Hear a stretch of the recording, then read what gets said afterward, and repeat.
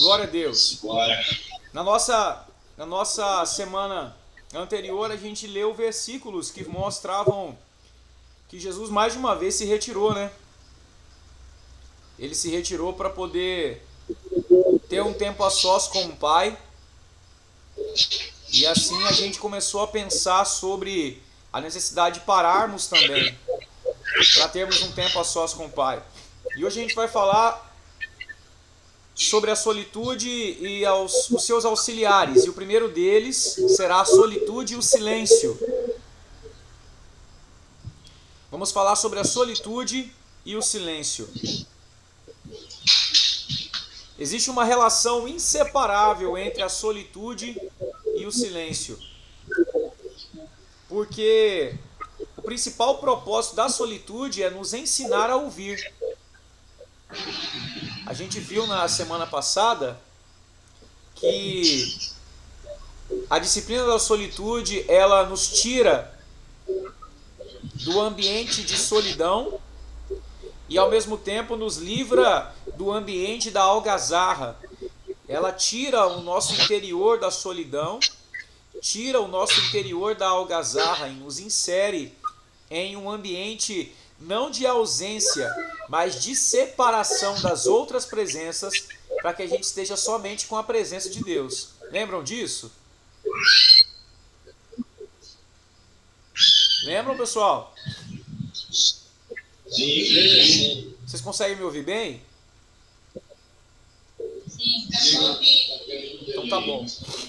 Então, sendo assim, a gente entende que o silêncio faz parte desse processo. Mas saber usar o silêncio para o exercício da solitude também é uma questão de sabedoria, né? A gente tem dois extremos no que diz respeito ao silêncio. O primeiro extremo é de nos calarmos quando precisamos falar. E o segundo extremo é de nunca nos calarmos. Segundo extremo, o quê? Existem dois extremos quanto ao silêncio. O primeiro extremo é de nos calarmos quando temos que falar, quando precisamos falar.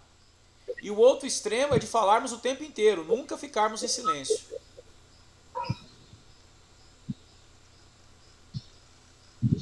Então existe um equilíbrio nesse silêncio proposto aqui no nosso estudo de hoje. Eu quero com você abrir a Bíblia em Tiago. Você pode abrir comigo sua Bíblia em Tiago, capítulo 3?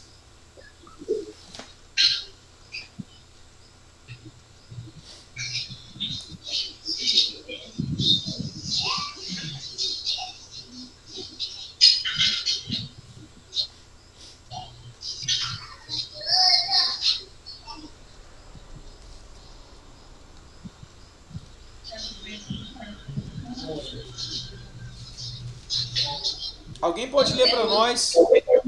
A gente vai ler juntos aqui alguns versículos do capítulo 3 de Tiago. Tiago, capítulo de número 3, a partir do versículo de número 1. Tem alguém que pode ler para nós e a gente vai alternando na leitura?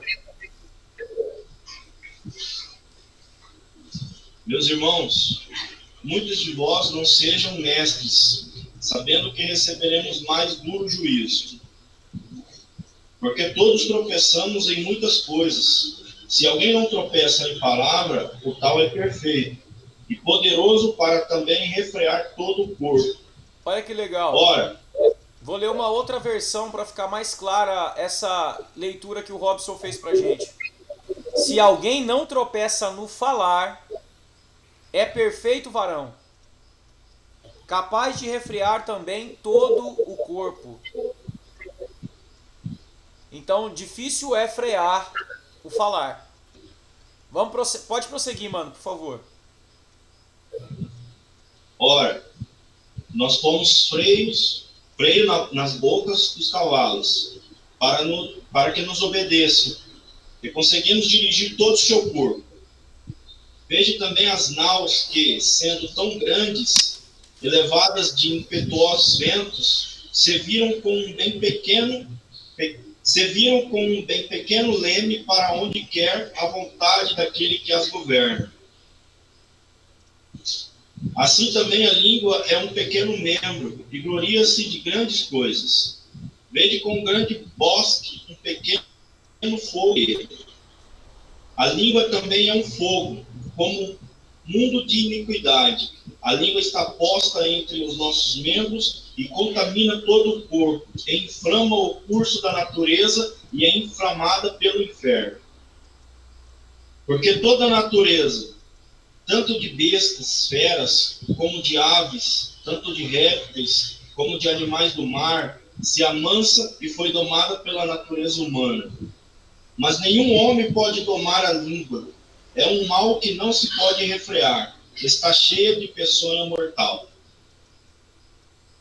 Com ela bendizemos a Deus e Pai, e com ela amaldiçoamos os homens, feitos à semelhança de Deus. De uma mesma boca procede bênção e maldição. Meus irmãos, não convém que isto se faça assim. Porventura, deita alguma fonte de um mesmo manancial água doce e água amargosa? Meus irmãos, pode também a figueira produzir azeitonas ou a videira figos? Assim tampouco pode uma fonte dar água salgada e doce. Quem dentre vós é sábio e entendido? Mostre pelo seu bom trato as suas obras em mansidão de sabedoria. Mas se tendes amargo... Só até aí. Veja vocês que a leitura do texto parece sugerir que é impossível a qualquer ser humano domar a sua língua. Não é verdade? Sim. Isso traz uma certa desesperança, porque se isso é de fato verdadeiro, então nós estamos enrolados, porque a nossa língua governa sobre nós. Bom, o escritor da epístola, na verdade, está dizendo para a gente que só há uma maneira de domar a língua, por intermédio de uma nova natureza. E uma nova natureza, por sua vez, ela, por certas práticas e por certas disciplinas, pode nos habilitar a sermos homens e mulheres diferentes a partir do momento em que nos submetemos ao Espírito, ao governo do Espírito. A solitude, especificamente o silêncio da solitude, tem a ver com isso, com uma habilitação espiritual para contermos o fluxo de palavras, ou seja, o falar. Seja o falar exagerado e seja o falar, ou melhor, o não falar, que seria aqui a omissão, né? Existe uma relação, uma chave de espiritualidade nesse texto. Esse texto fala pra gente que é necessário saber quando falar. E é necessário saber o que falar. Quantas vezes você já se sentiu complicado por não ter dito o que precisava dizer ou por ter falado mais do que precisava? Quem já se viu em complicação por errar no tempo ou no conteúdo das palavras aí, levanta a mão.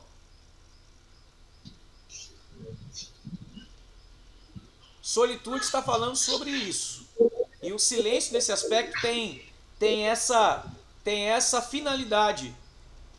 Nos habilitar ao controle das palavras. Porque agora nós não estamos mais sujeitos à nossa carne.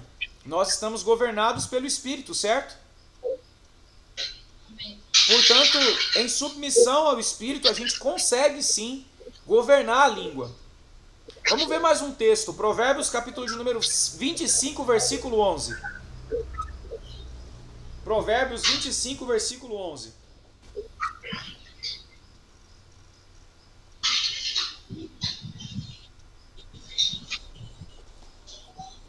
Eu falar do grilo na aula passada, tem um grilo ali, né? Provérbios 25, versículo 11, diz assim, ó: como pendentes e joias de ouro puro. Assim é o sábio, como maçãs de ouro em salvas de prata. Assim é a palavra dita ao seu tempo. Então, veja bem, pessoal. Normalmente as nossas palavras ou elas são frenéticas demais e ditas em excesso, porque nós temos basicamente uma necessidade de explicar, de justificar o tempo inteiro.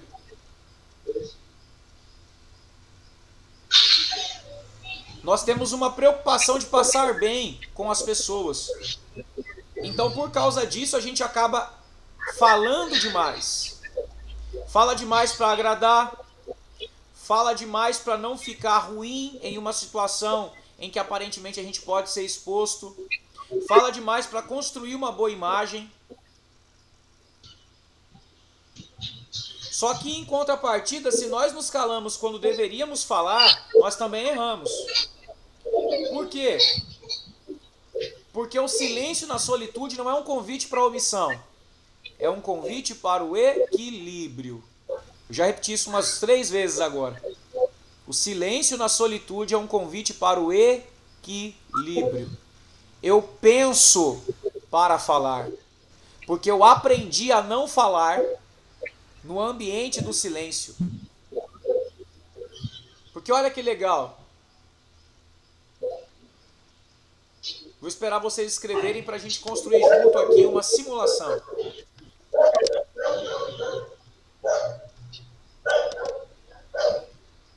Veja só.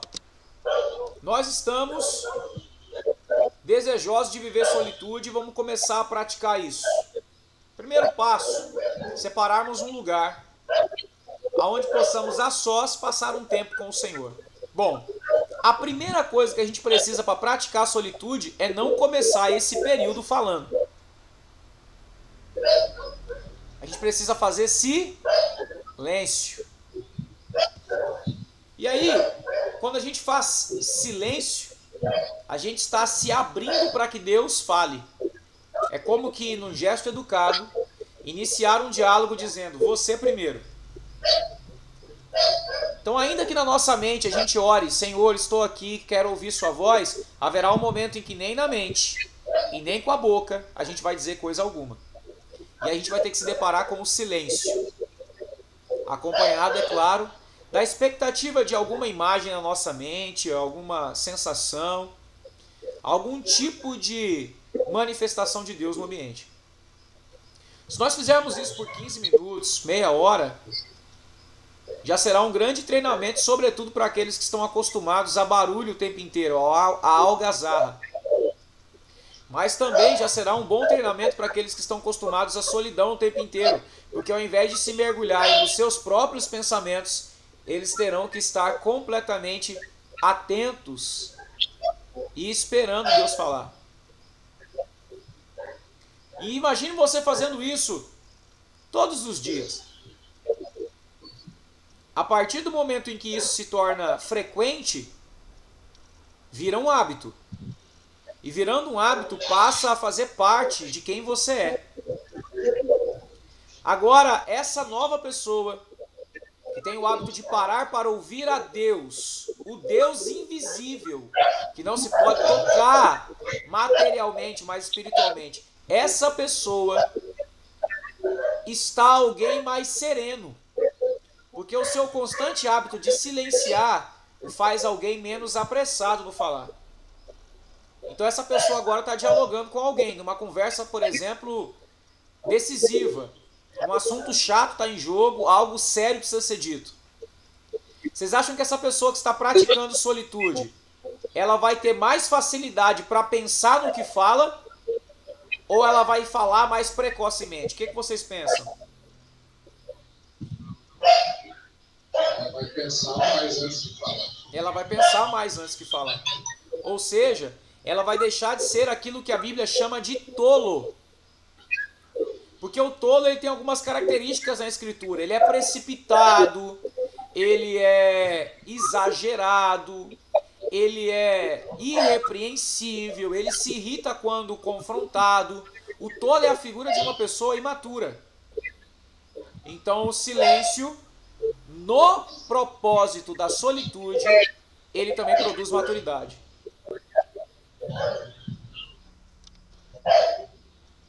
Quer ver? Vamos ver uma coisa.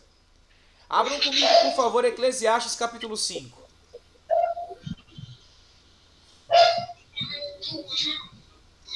Eclesiastes 5, nós vamos ler do verso 1 ao 2.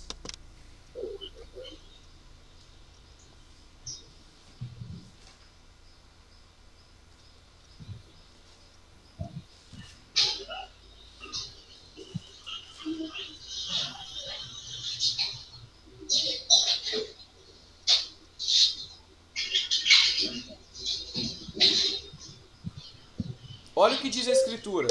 A gente vai ler só o 1 e 2, tá? Guarda o pé quando entrares na casa do Senhor Deus, ou na casa de Deus.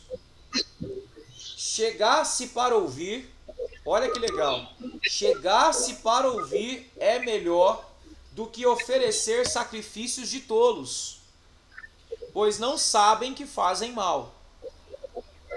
Não te precipites com a tua boca, nem o teu coração se apresse a pronunciar palavra alguma diante de Deus. Porque Deus está nos céus e tu na terra. Portanto, sejam poucas as tuas palavras. Porque dos muitos trabalhos vêm os sonhos, e do muito falar, palavras nécias. Então veja bem, ao que é comparado aqui aquele que fala demais diante de Deus? Tolo. A um tolo. E o tolo, no versículo 1, o que ele faz quando ele entra na casa de Deus? Tem duas coisas aqui. O texto apresenta alguém que se achega para ouvir, mas diz que há alguém que faz outra coisa. O que é essa outra coisa aí, pessoal? Parece sacrifício de tolo. Sacrifício de tolo. Então, olha só. A palavra precipitada é comparada a um sacrifício de tolo.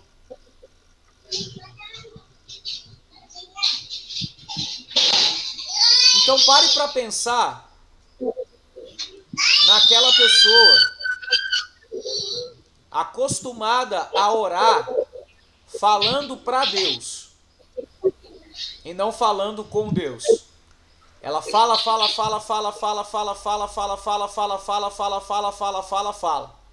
Termina de falar, diz amém, levanta e sai.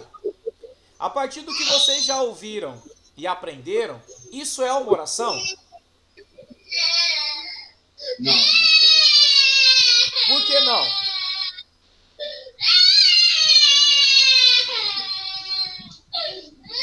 Acaba sendo um sacrifício tolo. Desculpa, eu não consegui ouvir. Pode repetir? Por que não é uma oração? Que acaba sendo uma oração vã. Porque na oração você fala e tem que ser escutado. Quando você fala com Deus, é um diálogo. Isso. Quando você fala com Deus, você só comunica, levanta e sai. É como se fosse uma ordem. Exato. Então, quando você só fala, você faz um monólogo. Quando você só fala, você faz um monólogo. Mas quando você ora, você estabelece diálogo. E o texto está dizendo que ao chegarmos na casa do Senhor, e essa casa aqui é uma figura da presença, a primeira atitude que nós precisamos ter é a de ouvir, não é nem de falar.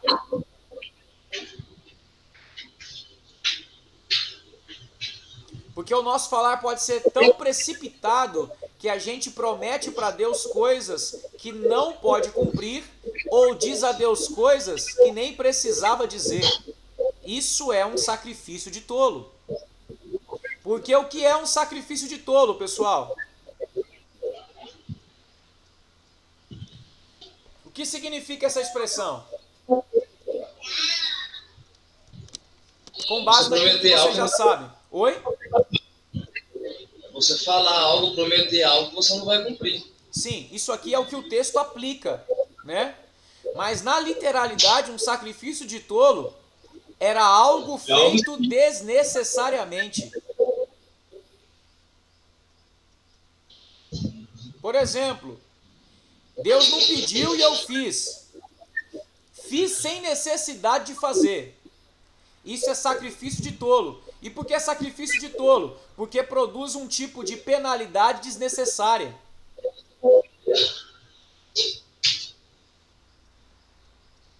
A Bíblia diz que não devemos fazer sacrifícios de tolos. Por quê? Porque precisamos sacrificar pelo que realmente importa. Quer ver um exemplo de sacrifício de tolo na vida cristã? Só usar calça.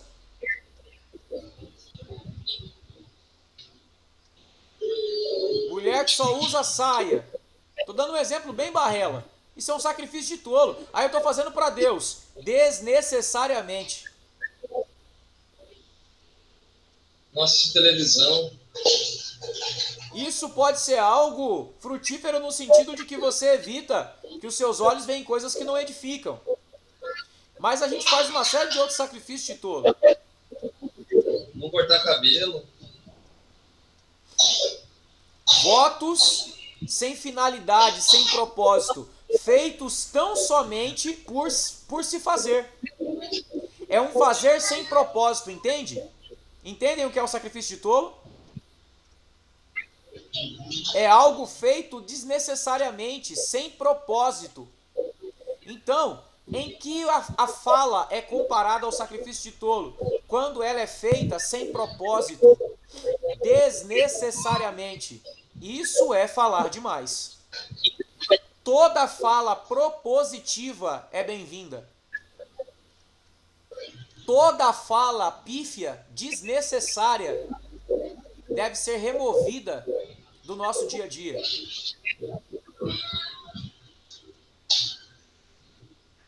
A Bíblia nos orienta a não falarmos palavras torpes.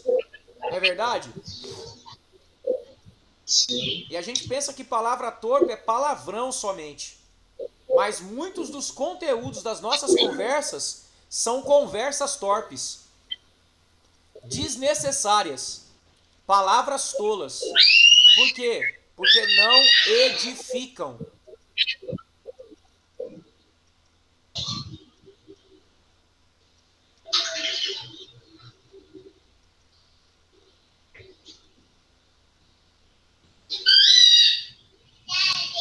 Então veja bem, vamos dar alguns exemplos práticos aqui de quando nós falamos e com a nossa fala nós oferecemos sacrifício de tolo. Já deu para entender, né, pessoal, que é um sacrifício de tolo, né? Sim. E deu para entender em que isso se associa com falar demais, né? Sim. Então vamos dar um exemplo aqui quando a nossa fala é, na verdade, um sacrifício de tolo. Abre sua Bíblia comigo lá em Mateus 17:4.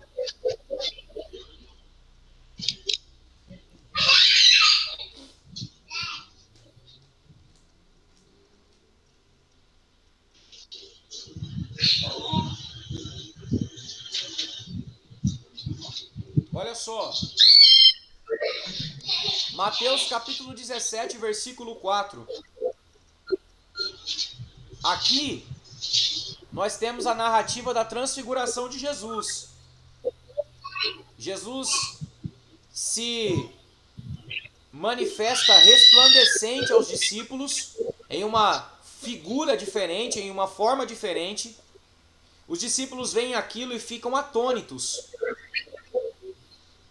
Aparecem diante deles Moisés e Elias, e olha o que o capítulo 17, no versículo 4 diz que Pedro fez, no meio desse cenário glorioso. 17:4 de Mateus. Então disse Pedro a Jesus: Senhor, bom é estarmos aqui. Se queres, farei aqui 3 tendas. Uma será tua, outra para Moisés, outra para Elias. Preste atenção aqui, pessoal. Esse então disse Pedro, em grego, na verdade, a tradução deveria ser: Pedro tomando a palavra, disse. Agora olha só. Jesus estava aparecendo transfigurado, glorioso diante deles. Brilhante. Moisés e Elias ali, a cena era magnífica. Pedro atravessa a manifestação para falar. Ele toma a palavra.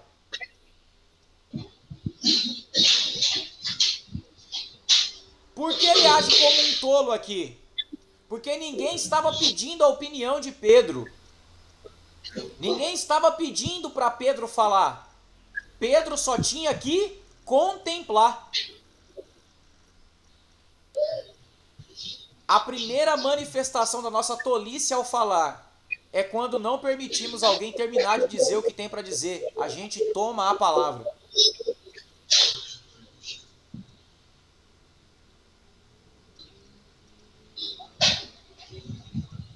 Alguém está falando uma coisa, a gente atravessa o que a pessoa está falando e vai falando, e vai falando, e vai falando. A pessoa tenta uma, duas, três vezes concluir, a gente não permite. Algumas pessoas têm um hábito. Elas param de falar, porque consideram que se foram interrompidas mais de uma vez é porque quem está do outro lado não quer ouvir.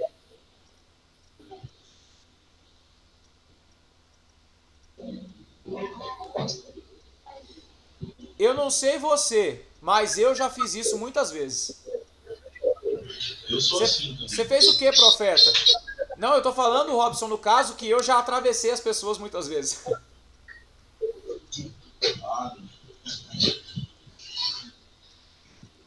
Eu já tomei a palavra muitas vezes. E quando eu tive a oportunidade de ouvir esse ensinamento, eu me senti constrangido. Porque eu percebi o quanto de sabedoria eu perdi. Porque em diálogos eu não deixava as pessoas falarem. Aí desse lado tem alguém que já fez isso como eu?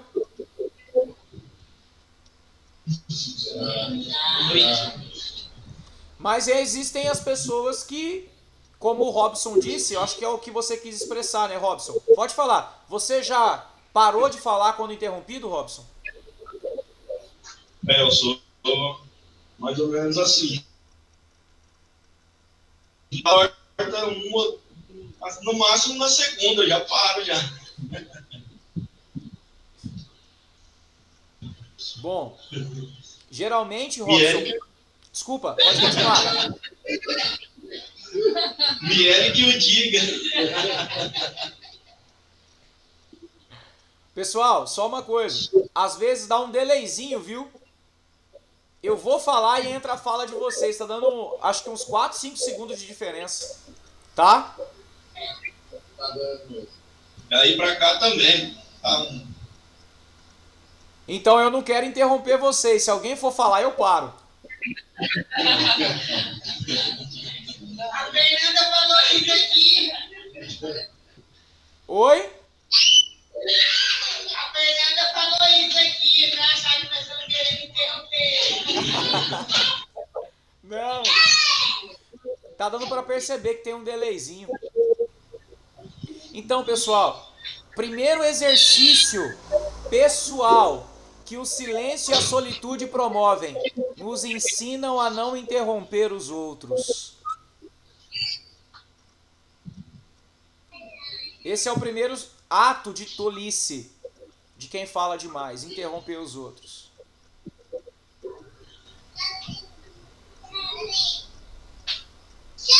Mas a pergunta é, por que interrompemos as pessoas quando falamos?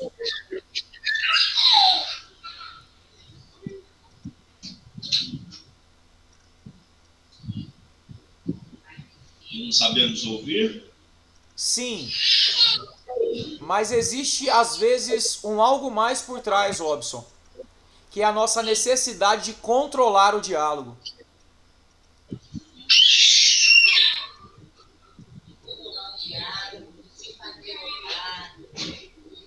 Exato, de controlar as relações. Desculpa, gente, mais de uma pessoa falou. Pode falar, por favor. Orgulho de ter a razão. Exatamente. Nós precisamos controlar o diálogo, controlar as relações. Então, para que a gente não perca o controle, a gente interpela, a gente toma a palavra, a gente rouba do outro o direito de se comunicar. Galera, para quem é casado e para quem vai casar, meninos, É verdade. porque boa parte das nossas discussões quando casados está nesse ponto aqui, não sabermos ouvir.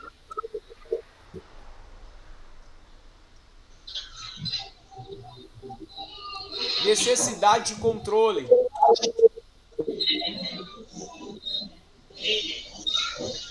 Tem cônjuge que está até hoje terminando. Ó, tem cônjuge que tem 10 anos de casado e até hoje não conseguiu terminar uma frase.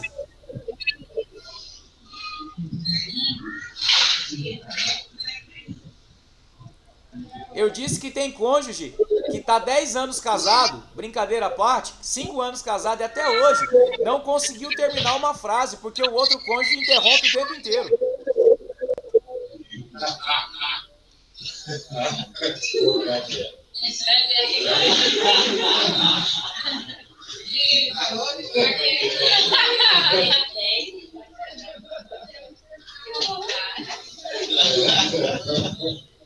Então, pessoal, nós temos essa necessidade de controlar o diálogo, controlar as relações, por isso a gente interrompe o tempo inteiro.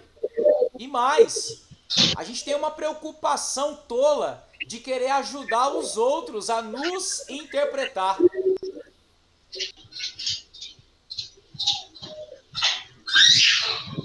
Então a gente fala e fica, ó, você não entendeu, peraí, você não entendeu.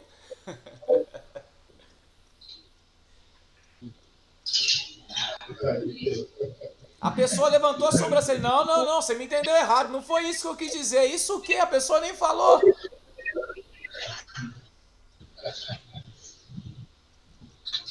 O que isso manifesta, pessoal? Aqui é a bomba. Isso manifesta a nossa necessidade de querer o tempo inteiro manter a nossa reputação. E isso demonstra que nós não confiamos no Senhor. Porque a Bíblia diz que Deus é quem nos justifica.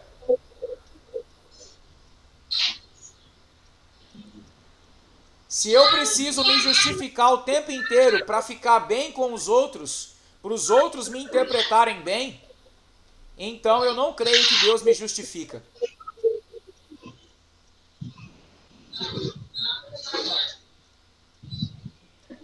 Se você é do tipo de gente que interrompe, que fica se explicando o tempo inteiro para ser bem interpretado, eu te digo, cale-se, permita que Deus te justifique.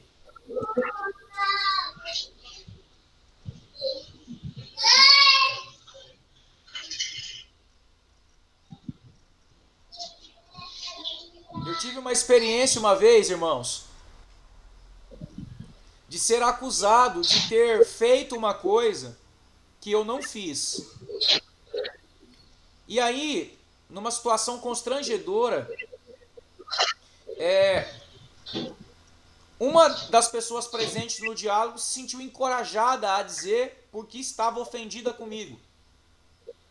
Falou em que havia se ofendido e todos os outros foram motivados, né, por aquele gesto e começaram a falar também. Por que você fez isso? Por que você fez aquilo? Por que você fez aquilo outro? E você. Eu ouvi aquilo tudo. Sabe quando aquilo cai de paraquedas, perdão? Eu não sabia da história, não tinha feito nada daquilo. Mas eu ouvi tudo. No final eu disse para as pessoas assim. Falei, olha, eu vejo que para vocês eu não sou mais digno de crédito. Porém, eu não vou me defender. Aí a reação das pessoas é tipo assim, ó, viu? A gente estava certo, né? Falei, eu não vou me defender. porque Deus me justifica. O tempo vai mostrar para vocês se isso foi do jeito que vocês ouviram mesmo.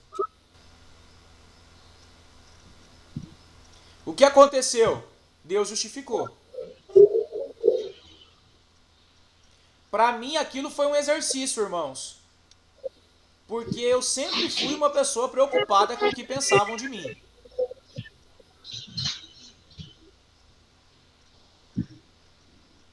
Mas chega uma hora em que a gente tem que escolher entre a maturidade e a reputação.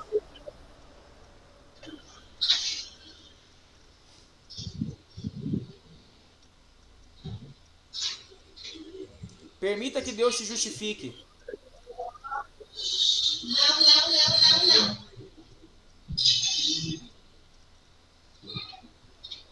Eu encerro essa aula de hoje dizendo: permita que Deus te justifique. Experimente viver o silêncio. Porque quando nós experimentamos o silêncio de Deus, aí então nós recebemos o silêncio interior que o nosso coração tanto deseja.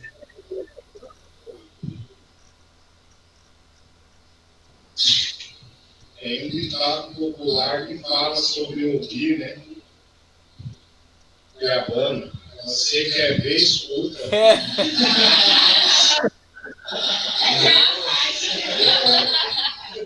Boa! Boa. Você quer ver, escuta. Essa é boa. Ó, pessoal de Ji-Paraná, essa é pra vocês. Você quer ver, escuta. Homenagem de Cuiabá. Boa, tio. Ele tá anotando aqui, ó. Gente, Tem um outro que ó, caminhando para o final, quero fazer uma pergunta. Na semana que vem a gente volta com o terceiro tempo dessa aula, mas eu quero fazer uma pergunta para vocês.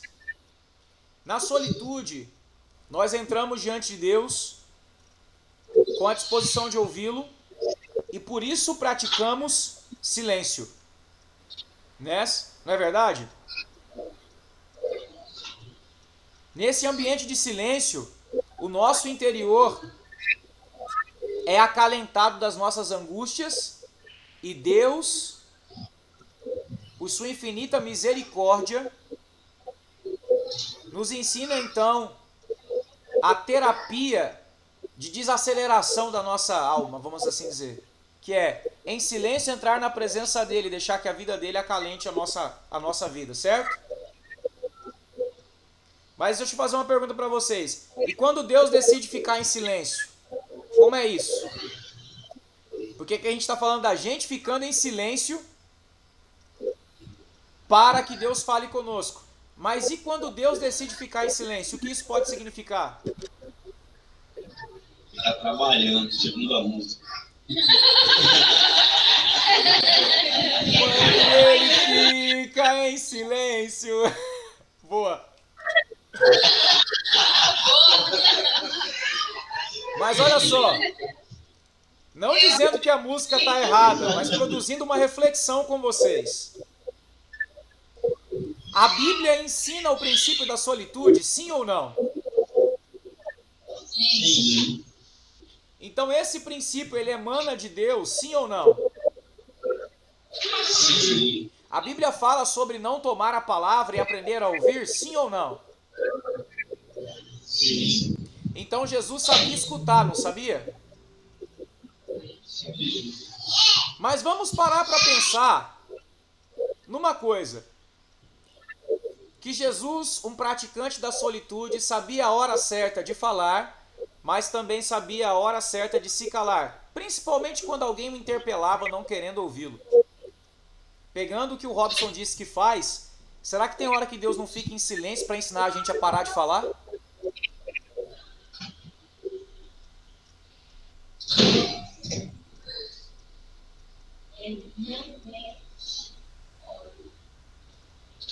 Profeta, Sim. aquela passagem da mulher cananeia fala que a mulher vem até Jesus, né? E a palavra, ela adora, ela clama a Jesus. Jesus fica quieto. A palavra fala que ele fica em silêncio, não fala nada. E os discípulos se precipitam, né? Ó, eles mandam ele embora e tal. Aí ele continua quieto. Ixi, caiu aí.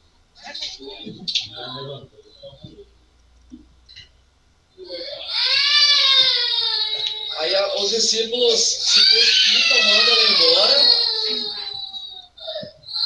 E Jesus continua quieto.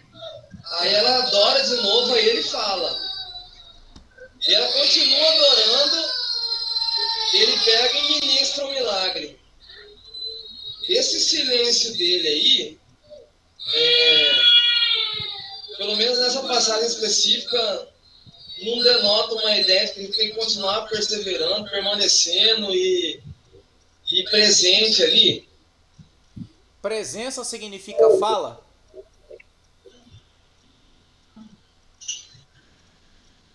Não. Na aula que vem nós vamos aprender sobre um fenômeno ou um acontecimento na vida de muitos cristãos genuínos ao longo da história do cristianismo. A noite escura da alma. Um momento em que eles, voando em Deus, vivendo uma vida espiritual extremamente saudável, experimentaram o chamado silêncio de Deus. Eu encerrei essa aula falando que quando experimentamos o silêncio de Deus, recebemos o silêncio interior que o nosso coração tanto deseja. Preste atenção, eu não estava falando do silêncio com Deus, porque o silêncio com Deus é a prática da solitude. O silêncio de Deus é o que Deus faz para calar as vozes que gritam dentro de nós. E isso é chamado de noite escura da alma. Então, eu achei que alguém ia me perguntar, mas silêncio de Deus, nem a gente que faz silêncio? Como ninguém perguntou, eu falei. Na próxima aula, nós vamos falar sobre quando ele fica em silêncio. Ele está trabalhando, mas a gente precisa entender o quê? Noite escura da alma é o nosso tema. Foi boa, Robson, essa foi boa. Alguma pergunta, pessoal? Ô profeta, eu tenho uma pergunta. Sim. Quer dizer, se ela fosse embora, a gente poderia imaginar também que o milagre viria. Depende. Porque presença não significa fala, mas permanência significa presença. Uma das coisas que nós precisamos aprender não é a falar, porque falar a gente já fala demais, é a permanecer. Quer ver um exemplo? Já estou dando um spoiler. Não vou falar de noite escura da alma ainda, mas vou dar uma dica para vocês. Nós temos a mania de esquecer o que Deus já disse. E de quando as coisas estão acontecendo, ao invés de sermos alimentados pelo que Ele disse, ficamos desesperados para que Ele diga outra coisa. Nos momentos de silêncio, nós somos chamados a lembrar do que fora dito e não ouvir o que está sendo gritado, porque às vezes a circunstância grita uma coisa totalmente diferente do que Deus já disse.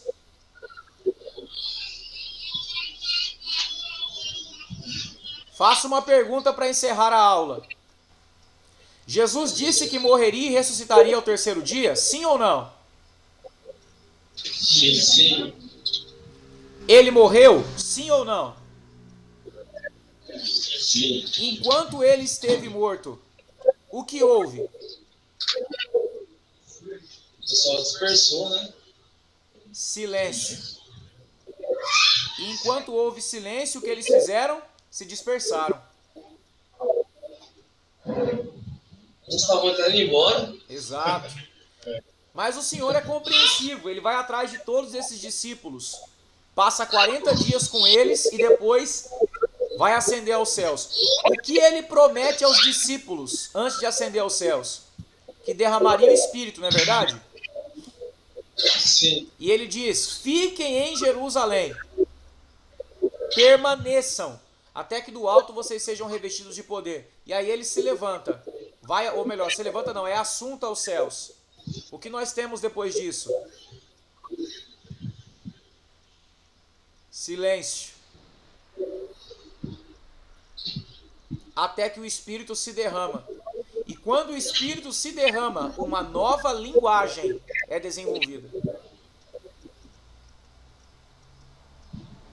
Ficamos por aqui.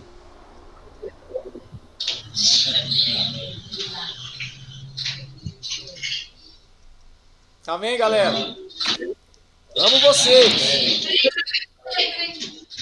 Eu só quero tirar uma dúvida. Sim. O AB tinha falado nas aulas de disciplinas espirituais que tem no YouTube, o pessoal que perdeu as aulas. O senhor tem como liberar pra gente, pra poder passar? O Joe, a Miele, eles não estão conseguindo acompanhar essas aulas aqui com a gente. É o seguinte, pode me passar o e-mail dessas pessoas no WhatsApp, porque essas aulas só podem ser vistas através de links. E não pode passar o e-mail direto da caverna? Daqui? Pode, eles podem assistir pelo e-mail da caverna. Tá, então eu vou mandar o e-mail da caverna e o senhor libera pra gente? Sim. Eu mando no e-mail. Tá. Tá bom?